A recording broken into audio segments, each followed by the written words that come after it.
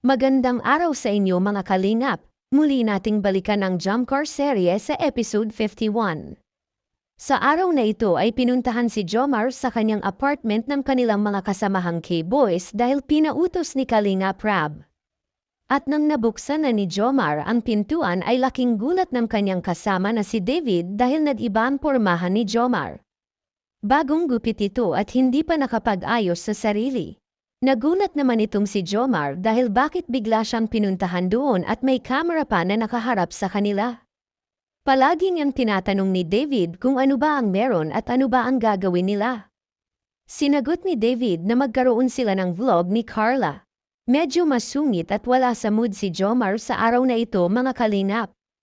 Napansin ni David na nagkulay pala ng kuko si Jomar ng kulay itim at nakita din niya na may tabi pang inumin. Pinipilit ni David na maligo na at makapagbihis para makaalis na sila. Ngunit ayaw talaga ni Jomar, kaya sinabi ni David na paakyatin na lamang niya si Carla. At sinabi naman ni Jomar na huwag nang paakyatin si Carla doon. Nahihirapan pala si David na kontakin si Jomar at bihira na din palang lumabas.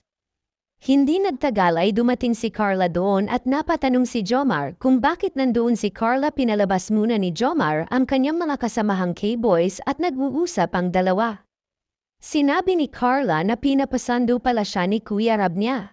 Napansin ni Carla na parang wala sa mood si Jomar kaya itinanong niya na kung okay lang ba si Jomar at sumagot ang binata na parang pilit na sinasabi na okay lang siya. Napansin din ni Carla ang bagong gupit ni Jomar at sinabing bagay ito sa kanya. Napangiti saglit si Jomar at sinabi niya na sakto lang sa kanya ang gupit niya.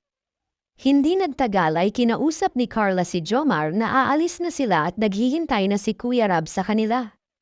Sinagot siya ni Jomar na pakisabi na lang ni Kuya Rab niya na hindi muna siya sasama dahil parang wala siyang ganang sumama.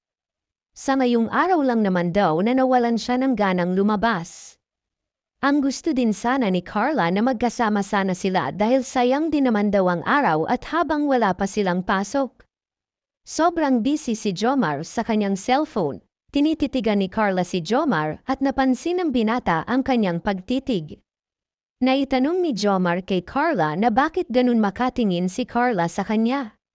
Hindi daw siya madadala sa ganang titig niya, hindi talaga siya sasama sa kanila. Naitanong ni Carla kung galit ba si Jomar sa kanya. Sumagot si Jomar na bakit naman siya magagalit wala naman daw siyang karapatan na magalit kay Carla. Wala namang sila at wala naman daw personal ng feelings. Sinabi din ni Jomar na may jump car lang naman para lang sa mga tao.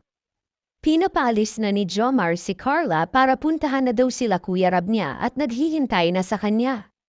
Hindi naman kumibo si Carla at naitanong na din niya kay Jomar na kaya ganun na lamang si Jomar ay dahilan ba ito nung nakaraang vlog nila at sabay agaw niya sa cellphone ni Jomar at nag-sorry ito sa binata. Humingi siya ng pasensya dahil sobrang busy lang talaga niya noong panahong yun at marami din siyang iniisip.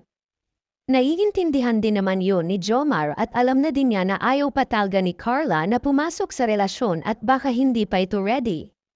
Umamin si Jomar na parang nagalit siya ngunit sa ngayon lang yun pagdaan ng ilang araw ay mawawala rin ang nararamdaman ayon ni Jomar.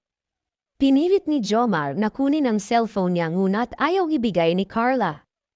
Humingi ng pasensya si Jomar dahil hindi talaga niya kayang sumama sa ngayon.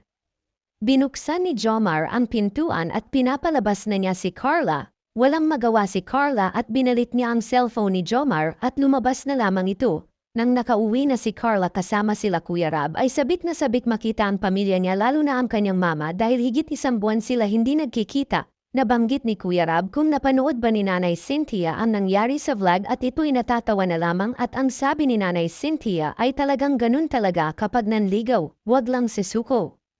Hanggang sa muli mga kalingap, thank you and God bless everyone.